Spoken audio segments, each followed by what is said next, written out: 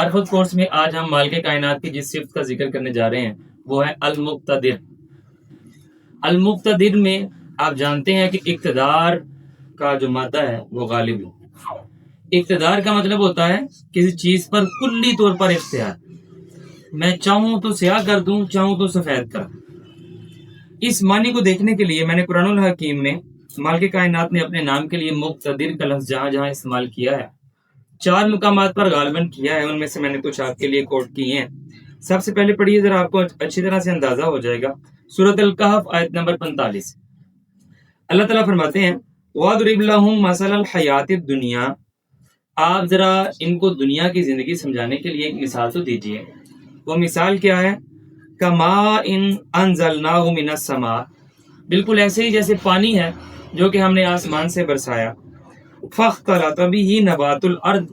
اور اس پانی کے نتیجے میں، بارش برسنے کے نتیجے میں ایسی رویدگی ہوئی، ایسی زمین سے گھاس پھوس اور جڑی بوٹیاں اگیں کہ فَاخْتَلَطَ بِهِ نَبَاتُ الْأَرْضِ، یا درخت اگے، جو کچھ بھی نباتات ہیں وہ اتنی اگیں کہ فَاخْتَلَطَ، وہ مخلوط ہو گئیں، ایک دوسرے میں گچھو مچھو ہو گئیں، یعنی کہ بہت ہی زیادہ بہتات میں ہوگی۔ دیکھتے ہی دیکھتے مالک کائنات نے اس ایک صحرائی زمین کے اوپر اتنی زیادہ بہتات میں زندگی کو پیدا کر دیا کہ وہ آپس میں گچھو مچھو ہو گئی، یعنی زمین نیچے سے نظر آنا بند ہو گئی، سورج کی روشنی زمین تک پہنچنا محال ہو گئی۔ لیکن پھر مالک کائنات فرماتے ہیں فَأَصْبَحَ حَشِيمًا تَذْرُوهُ الرِّيَاحُ، پھر میں نے اسی ہرے بھرے باغ کو، درختوں کو، جڑی بوٹیوں کو آنے واحد میں حشیمن، ریزہ ریزہ کر دیا، بوسا بنا کر رکھ دیا۔ اب ان کی اوقات اتنی رہ گئی کہ تذروہ الریاح، ان کو ہوائیں اڑاتی پھرتی ہیں، ادھر سے ہوا آتی ہے اڑا کر ادھر لے جاتی ہے، ادھر سے اڑاتی ہے ادھر لے جاتی ہے۔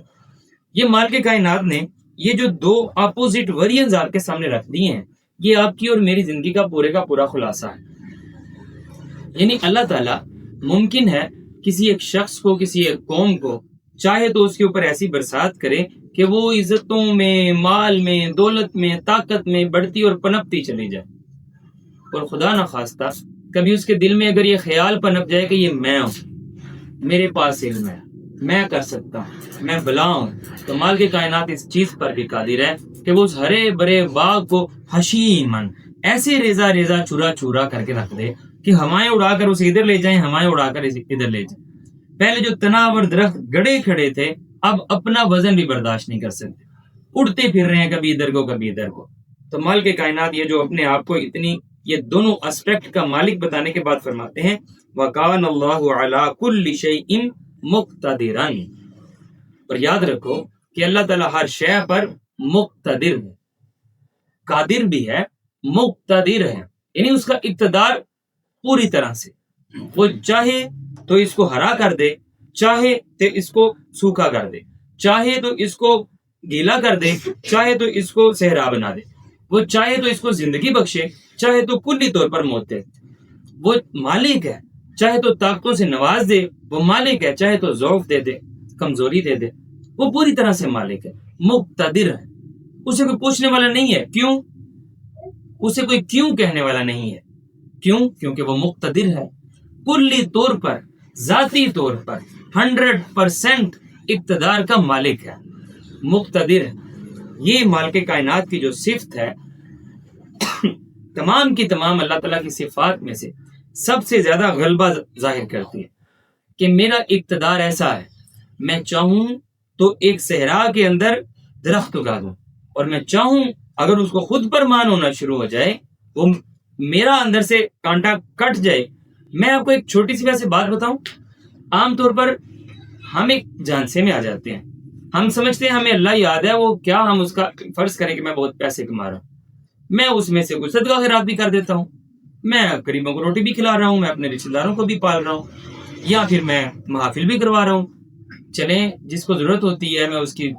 ضرورت بھی پوری کر رہا ہوں، یہ سارے اچھے کام کر رہا ہوں۔ یہ سارے اچھے کام نہیں رہیں گے اگر اسے میں مال کے کائنات کی رضا کے لیے نہیں کروں گا۔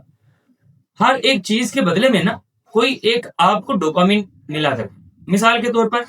میں آپ کو کھانا کھلاتا ہوں، اس کے بدلے میں آپ مجھے عزت کی نگاہ سے دیکھ رہے ہیں، میں نے پے کیا ہے، میں نے کوئی نیکی نہیں کی. اگر مال کے کائنات کی رضا کے لیے کام نہیں کیا تھا تو میں نے پے کیا ہے. جیسے ہم پیسے دیتے ہیں اس کے بدلے میں ایک فلم دیکھ لیتے ہیں, اس سے ہمیں ایک سکون ملتا ہو. ایسے ہی میں نے پیسے خرچ کیے اور اس کے بدلے میں تم نے مجھے عزت سے دیکھا, یا اس کے بدلے میں مجھے لگا کہ میں نے کچھ احسان کیا ہے, میں نے کچھ اچھا کام کیا ہے. جب بھی آپ کو لگے نا کہ میں نے کچھ کیا ہے تو یقین جانیے یہاں پر مال کے کائنات کی ذات نہیں رہی. اگر میرے پاس فرض کریں میری ضرورت ہے ماہانہ 10 روپے کی, 10 لاکھ کی, ہیں جتنی بھی آپ نے لگانی ہے, مال کے کائنات نے مجھے جو عطا کیا ہے وہ اس سے بہت زیادہ کر دیا. میں جانتا ہوں یہ میرا نہیں ہے, مجھے مال کے کائنات نے حکم صادر فرمایا ہے جو تمہاری ضرورت سے زائد ہے اب دیکھو کون ضرورت مند ہے ان میں خرچ کرو. اب میں نے اپنی ضرورت پوری طرح سے پوری کی, اضافی جب میں نے خرچ کیا,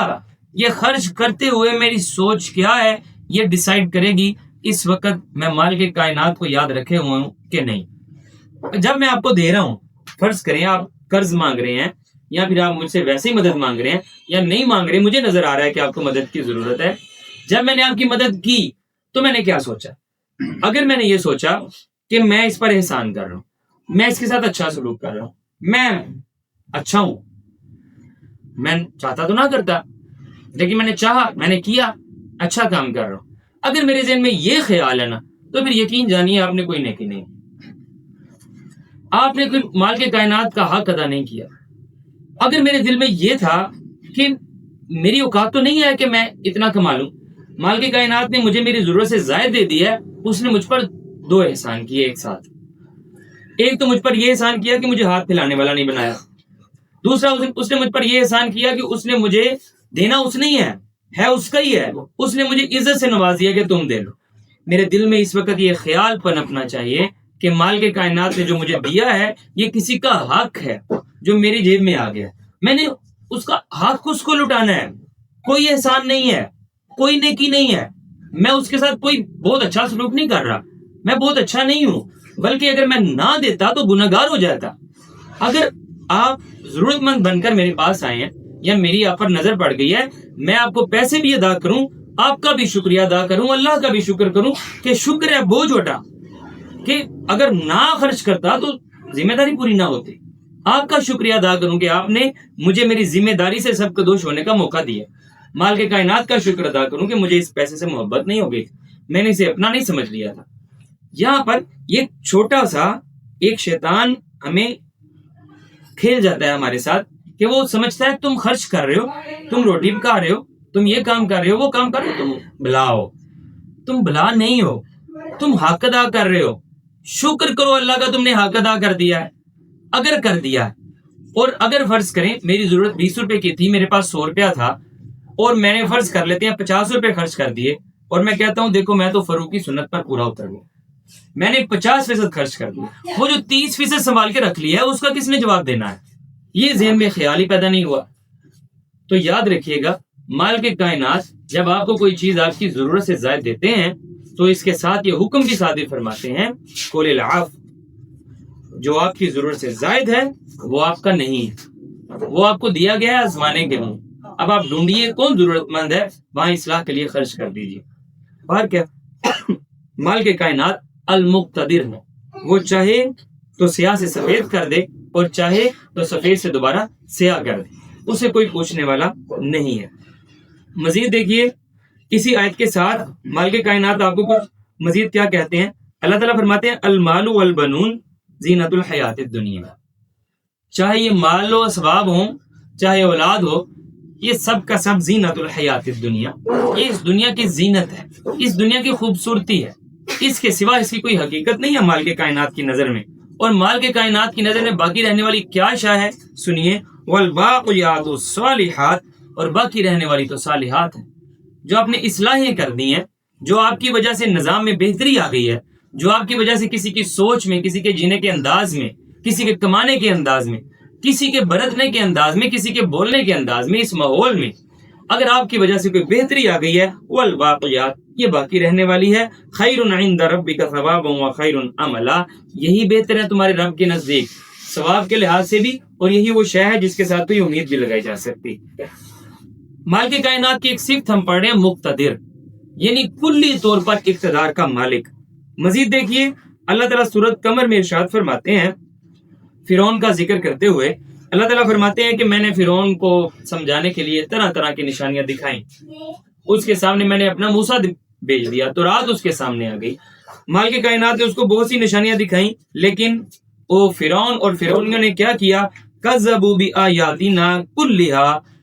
فرعونیوں نے میری ساری کی ساری آیات کا، میری ساری کی ساری نشانیوں کا انکار کر دیا، سب کو جھٹلا دیا۔ تو پھر کیا ہوا؟ فَأَخَذْنَاهُمْ أَخْذَ عَزِيزٍ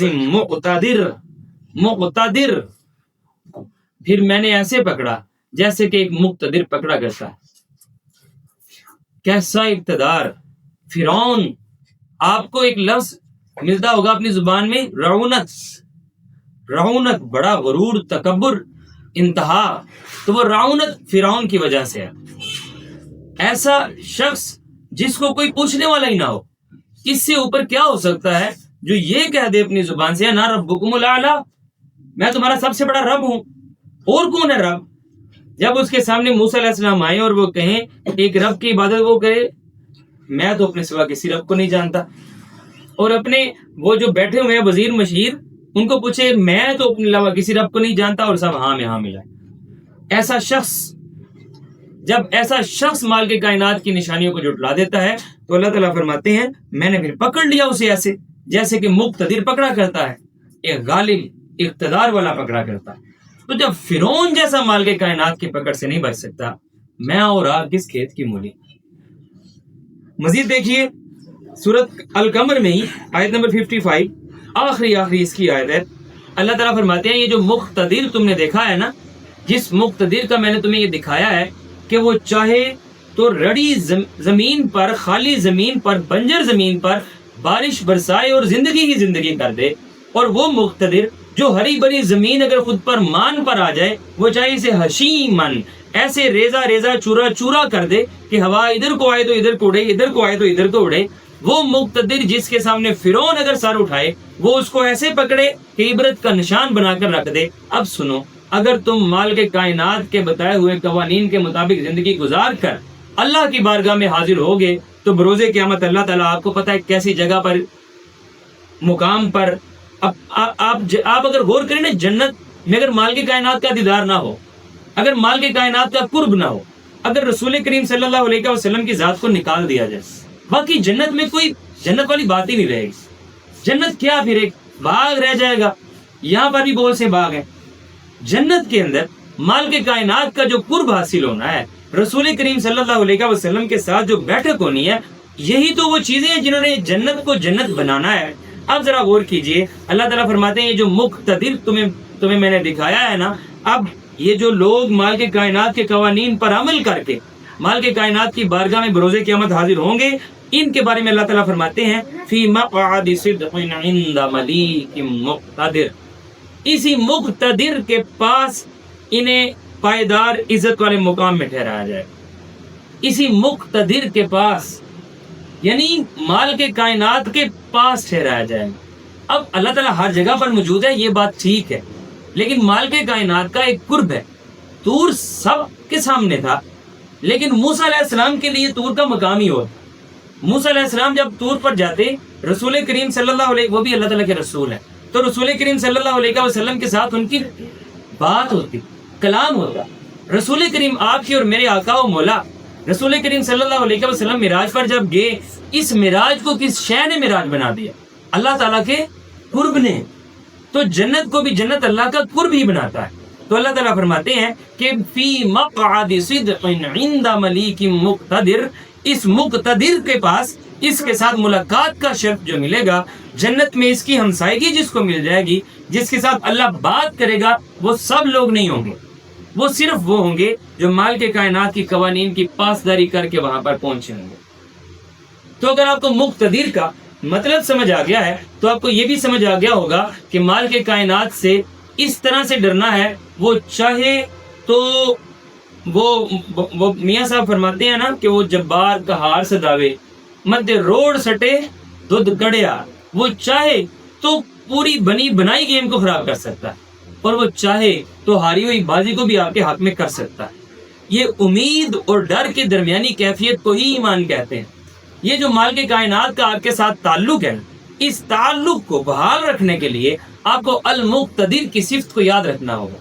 کہ میں اگر آج تندرست و توانا کھڑا ہوں تو اس میں میرا رتی برابر کوئی کمال نہیں. مقتدر اس اقتدار کے مالک نے چاہا کہ میں صحت مند رہوں تو میں صحت مند ہوں. اگر آج میں محتاج نہیں ہوں تو میرا کوئی کمال نہیں. اس مقتدر اور اقتدار اعلیٰ کے مالک نے چاہا کہ میں اسے کسی کا محتاج نہیں کروں گا تو میں محتاج نہیں ہوں. وہ چاہے تو ادھر سے ادھر، وہ چاہے تو ادھر سے ادھر کر سکتا ہے. جب آپ کے دل میں مالک کائنات کی یہ اصلیت عیاں رہے گی تو آپ اللہ تعالیٰ سے امید اور ڈر وابستہ رکھیں گے. اور امید اور ڈر اللہ ہی کے ساتھ جچتا ہے، اللہ کے سوا کسی کے ساتھ نہیں جچتا. یہی عبادت کی اصل اور رمز بھی ہے. اللہ تعالیٰ آپ کو اور مجھے مال کے کائنات کا سچا اور پکا بندہ بنائے. ربنا